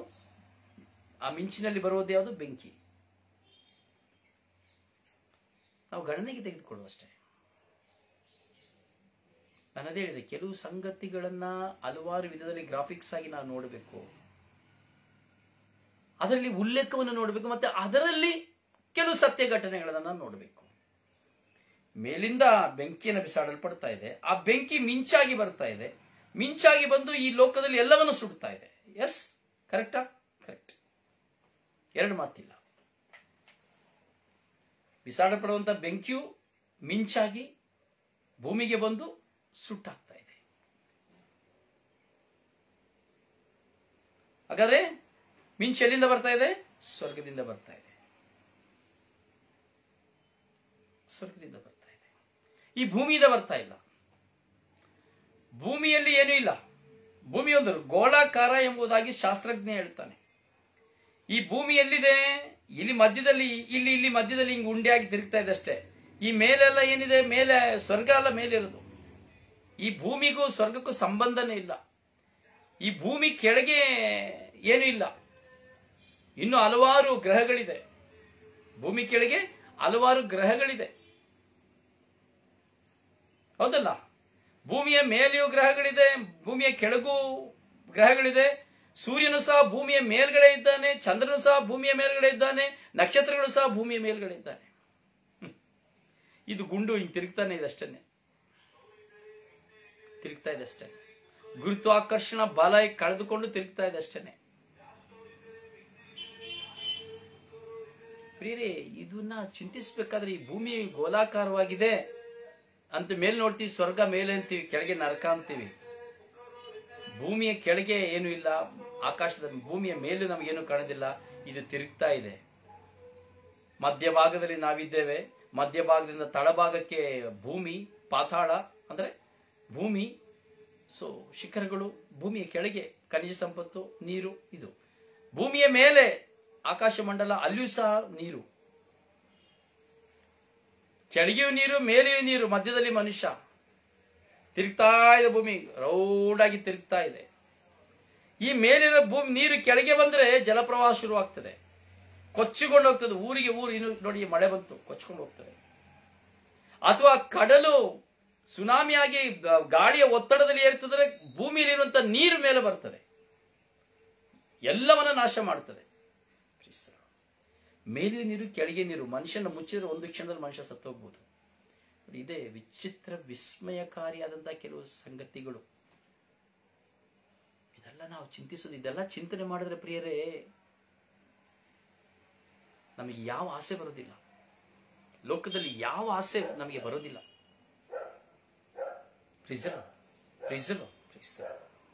ಹೀಗೆ ಮೊದಲನೇ ಮಿಂಚು ಬಂತು, ಎರಡನೇದು ಗುಡುಗು. ನೋಡಿ, ಗುಡುಗು ಸಿಡಿಬೇಕಾದ್ರೆ ಮನುಷ್ಯನ ಹೃದಯವೆಲ್ಲ ನಡುಗಿ ಹೋಗ್ತದೆ. ಗುಡುಗಿನಿಂದ ಎಷ್ಟೋ ಜನ ಸತ್ತು ಹೋಗ್ತಾರೆ, ಎಷ್ಟೋ ಪ್ರಾಣಿಗಳು ಸಹ ಸತ್ತು ಹೋಗ್ತವೆ. ಈ ಗುಡುಗು ಹೊಡೆಯುವಾಗ ನಡೆಯುವಂತಹ ಘಟನೆಗಳು ಭಯಂಕರವಾದ ಘಟನೆಗಳು. ಭೂಮಿಯ ಬಿರಿದು ಹೋಗ್ತದೆ. ಎಲ್ಲಿಂದ ಬರ್ತದೆ? ಇದು ಆಕಾಶದಿಂದ ಬರ್ತದೆ. ಬೆಂಕಿ ಉರಿಬೇಕಾದ್ರೆ ನೋಡಿ, ಕೆಲವು ಸರಿ ಭಟ್ ಭಟ್ ಅಂತ ಹೊಡಿತದೆ, ಶಬ್ದ ಬರ್ತದೆ, ಕೆಂಡಗಳು ಸಿಡಿತದೆ. ಈ ಸಿಡಿಯುವ ಶಬ್ದ, ಗುಡುಗಿನ ಶಬ್ದ. ಸೈನ್ಸ್ ಏನೇನು ಹೇಳ್ಬೋದು, ಮಿಂಚು ಯಾಕೆ ಬರ್ತದೆ, ಗುಡುಗಿ ಯಾಕೆ ಬರ್ತದೆ, ಭೂಕಂಪ ಏಕೆ ಬರ್ತದೆ ಅಂತ ಹಲವಾರು ವಿಧದಲ್ಲಿ ಸೈನ್ಸ್ ಹೇಳ್ಬೋದು.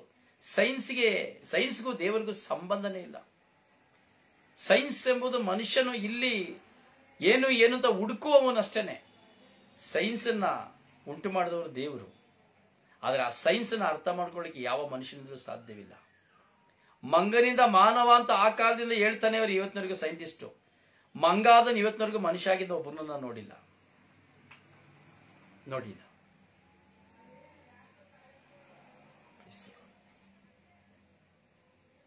ಹೀಗೆ ಗುಡುಗು.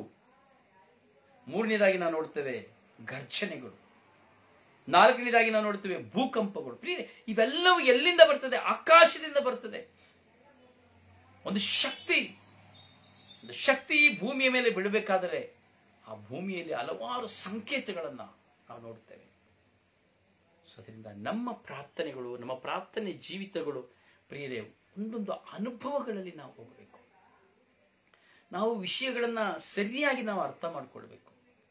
ನೋಡಿ 8ನೇ ಅಧ್ಯಾಯದ 1, 2, 3, 4, 5 ವಾಕ್ಯಗಳನ್ನು ಮಾತ್ರ ನಾವು ಕುರಿತು ಧ್ಯಾನಿಸ್ತಾ ಇದ್ದೇವೆ. ಈ 5 ವಾಕ್ಯಗಳಲ್ಲಿ ಬಂದಂತಹ ಈ ಘಟನೆಗಳನ್ನು ನೋಡಬೇಕಾದ್ರೆ ನಾನು ಮಾಡುವ ಪ್ರಾರ್ಥನೆ ನೇರವಾಗಿ ದೇವರ ಸನ್ನಿಧಿಗೆ ಒಯ್ಯಲ್ಪಡುತ್ತದಾ ಎಂಬ ಒಂದು ಪ್ರಶ್ನೆ ಹಾಗೂ ಒಂದು ಉತ್ತರವನ್ನು ನಾವು ಕಂಡುಕೊಳ್ತೇವೆ. ಎರಡನೇದು, ನಾನು ಮಾಡುವ ಪ್ರಾರ್ಥನೆಯನ್ನ ದೇವರು ಮೊದಲು ಕೇಳುತ್ತಾರಾ ಎಂಬುವಂತ ವಿಷಯವನ್ನು ಸಹ ಇಲ್ಲಿ ನಾವು ಕೇಳುತ್ತೇವೆ ಹಾಗೂ ನೋಡುತ್ತೇವೆ. ಹಾಗೆ ನಾವು ಮಾಡುವ ಪ್ರಾರ್ಥನೆಗಳು ವಿಶ್ವಾಸಿಗಳ ನಿಮಿತ್ತವಾಗಿ ದೇವಜನರ ಪ್ರಾರ್ಥನೆಯೊಂದಿಗೆ ದೂತರೊಂದಿಗೆ ಸ್ವರ್ಗಕ್ಕೆ ಒಯ್ಯಲ್ಪಡುತ್ತದಾ ಇಲ್ಲವಾ ಎಂಬುದನ್ನು ನಾವು ಧ್ಯಾನಿಸ್ತೇವೆ. ಹಾಗೆಯೇ ಪ್ರತಿಯೊಂದು ಪ್ರಾರ್ಥನೆಗಳು, ದೇವಜನರ ಪ್ರಾರ್ಥನೆಗಳು ಸಮರ್ಪಿಸಲ್ಪಡುವಾಗ ದೇವದೂತರು ಧೂಪವನ್ನು ಹಾಕಿ ಧೂಪಾರತಿಯೊಂದಿಗೆ ದೇವರಿಗೆ ಸಮರ್ಪಿಸುತ್ತಾರೆ ಎಂಬುದನ್ನು ನಾವು ನೋಡ್ತೇವೆ. ಹಾಗೆಯೇ ಆ ಧೂಪಾರತಿಯ ನಿಮಿತ್ತವಾಗಿ ಆ ಧೂಪವನ್ನು ತೆಗೆದುಕೊಂಡು ಬರುವಾಗ ಬಲಿಪೀಠದಲ್ಲಿರುವಂತಹ ಕೆಂಡಗಳನ್ನು ತುಂಬಿಸಿ ಭೂಮಿಗೆ ಬಿಸಾಡುವಾಗ ಒಂದು ಮಿಂಚಿನ ಸಂಕೇತವನ್ನ, ಗುಡುಗಿನ ಸಂಕೇತವನ್ನ ಹಾಗೂ ಶಬ್ದದ ಗರ್ಜನೆಯ ಸಂಕೇತವನ್ನ ಹಾಗೂ ಭೂಕಂಪದ ಸಂಕೇತವನ್ನು ನಾವು ನೋಡ್ತೇವೆ. ಈ ಎಲ್ಲ ಸಂಕೇತಗಳಲ್ಲಿ ಅರ್ಥಗಳುಂಟು.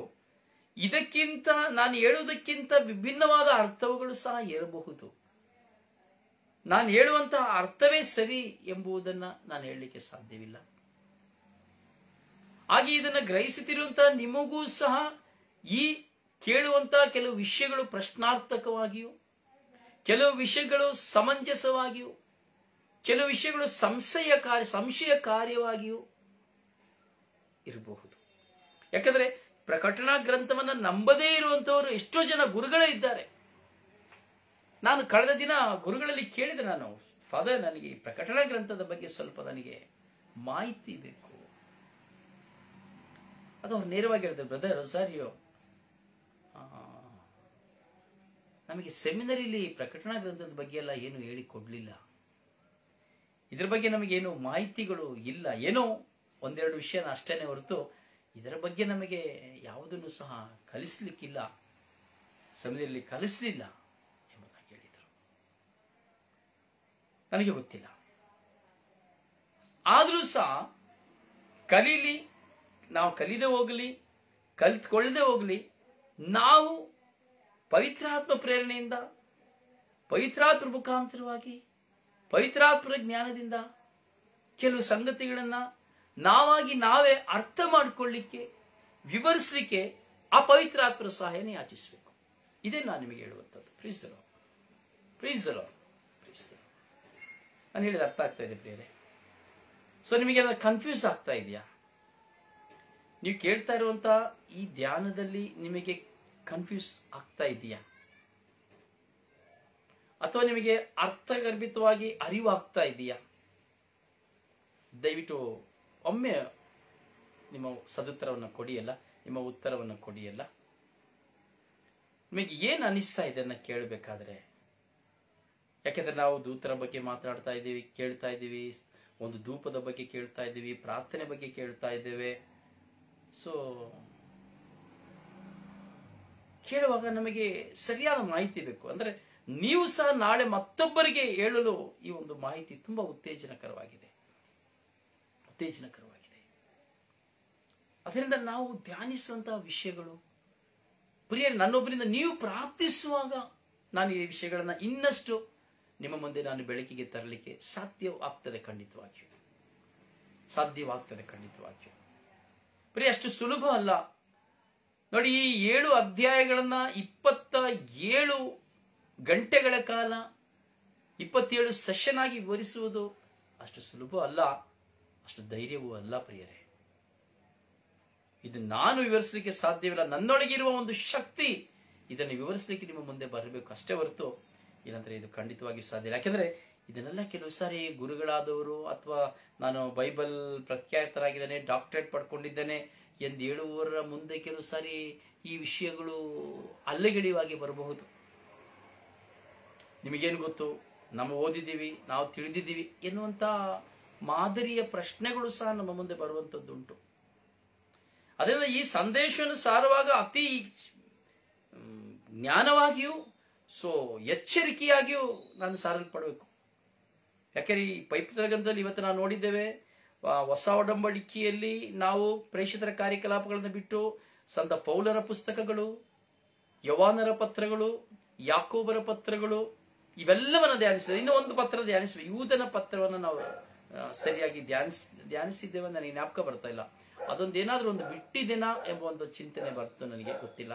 ಹೇಳಿರ್ಬೋದು, ಯಾರಾದರೂ ಸ್ವಲ್ಪ ಸರ್ಚ್ ಮಾಡಿ ಹೇಳಿ, ಯೂದನ ಪತ್ರ ನಾವು ವಿವರಿಸಿದ್ದೀರೋ ಇಲ್ಲ ಎಂಬುದಾಗಿ. ಹಾಗೆ ಯೋವಾನು ಬರೆದ ಪತ್ರವನ್ನು ಓದಿದೆವು, ಪೇತ್ರನು ಬರೆದ ಪತ್ರವನ್ನು ಓದಿದೆವು, ಯಾಕೋಬರ ಪತ್ರವನ್ನು ಓದಿದೆವು. ಅಂದ್ರೆ ಇವೆಲ್ಲವನ್ನು ನಾವು ಈಗಾಗಲೇ ನಿಮ್ಮ ಮುಂದೆ ಬೈಬಲ್ ಸೆಷನ್ ಕೇಳಿದ್ದೀವಿ. ಅಂದ್ರೆ ಇದೆಲ್ಲ ಅಷ್ಟು ಸುಲಭವಲ್ಲ ನಿಮ್ಮ ಮುಂದೆ ನಾವು ವಿವರಿಸಲಿಕ್ಕೆ. ನಾವು ಯಾವ ಡಾಕ್ಟರೇಟ್ ಮಾಡಿಲ್ಲ, ಯಾವ ಫಿಲಾಸಫಿ ಮಾಡಿಲ್ಲ. ಯಾವುದು ಎಲ್ಲಿ ನಾನು ಯಾವ ಇದು ಮಾಡ್ಲಿಕ್ಕೆ ಹೋಗಿಲ್ಲ, ಸ್ಟಡಿ ಮಾಡ್ಲಿಕ್ಕೆ ಹೋಗಿಲ್ಲ. ದೇವರು ಪವಿತ್ರಾತ್ಮರು ಕೊಡುವಂತಹ ಜ್ಞಾನದ ಮೂಲಕವಾಗಿ ನಾನು ನಿಮ್ಮ ಮುಂದೆ ವಿವರಿಸ್ತಾ ಇದ್ದೀನಿ ಅಷ್ಟೇ. ಅದನ್ನ ಪ್ರಿಯರೇ, ನಾವು ಕೆಲವು ಸಂಗತಿಗಳನ್ನ ತಿಳ್ಕೊಳ್ಬೇಕು, ಉಲ್ಲೇಖಗಳನ್ನ ಗಮನಿಸಬೇಕು. ಆ ಉಲ್ಲೇಖಗಳು ಏನ್ ಹೇಳ್ತಾ ಇದೆ, ಏನು ಅರ್ಥವನ್ನು ಸೂಚಿಸ್ತಾ ಇದೆ, ಇವುಗಳನ್ನು ನಾವು ಚಿಂತನೆಗೆ ನಾವು ತೆಗೆದುಕೊಳ್ಬೇಕು. ಪ್ರೀಸಲು. ಅದರಿಂದ ಪ್ರಿಯರೇ, ನಾವು ಧ್ಯಾನಿಸುವಂತ ಈ ಧ್ಯಾನ ನಮಗೆ ನಿಜವಾದ ಒಂದು ಅರ್ಥಗರ್ಭಿತವಾದಂತಹ ಧ್ಯಾನಗಳಾಗಬೇಕು. ಇದೇ ಸ್ವರ್ಗೀಯ ಮನ್ನದ ಶುಶ್ರೂಷೆಯಲ್ಲಿ ನಾವು ಪ್ರತಿದಿನ ಆಲಿಸುವಂಥದ್ದು. ಅದರಿಂದ ನಾವು ನಾಳೆ ಧ್ಯಾನಿಸಲಿಕ್ಕೆ ಹೋಗ್ತೇವೆ ತುತ್ತೂರಿಗಳ ಬಗ್ಗೆ. ತುತ್ತೂರಿಯ ನಾದದ 7 ತುತ್ತೂರಿಗಳ ಕುರಿತು ನಾವು ಧ್ಯಾನಿಸಲಿಕ್ಕೆ ಹೋಗ್ತೇವೆ. ಈಗ ನಾವು 7 ಮುದ್ರೆಗಳನ್ನ ನಾವು ಧ್ಯಾನಿಸಿ ಮುಗಿತು. ಈಗ ನಾವು 7 ತುತ್ತೂರಿಗಳನ್ನ ನಾಳೆ ನಾವು ಧ್ಯಾನಿಸಲಿಕ್ಕೆ ಹೋಗ್ತೇವೆ. ದಯವಿಟ್ಟು ಅದಕ್ಕಾಗಿ ಪ್ರಾರ್ಥಿಸಿ.